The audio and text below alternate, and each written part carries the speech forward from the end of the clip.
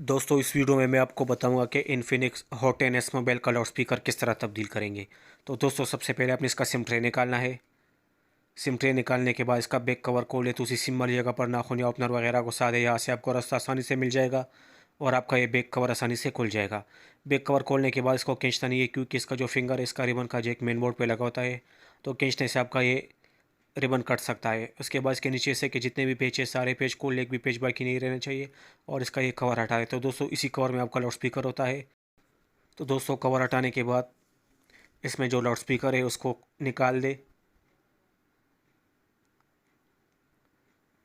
और इसमें दूसरा नया लाउड स्पीकर लगा ले।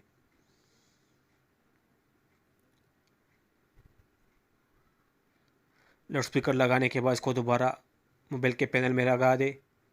जब ये इसी तरह से लग जाए तब इस पर पेच लगा ले। तो दोस्तों इस पर आपने वही पेच लगाने हैं।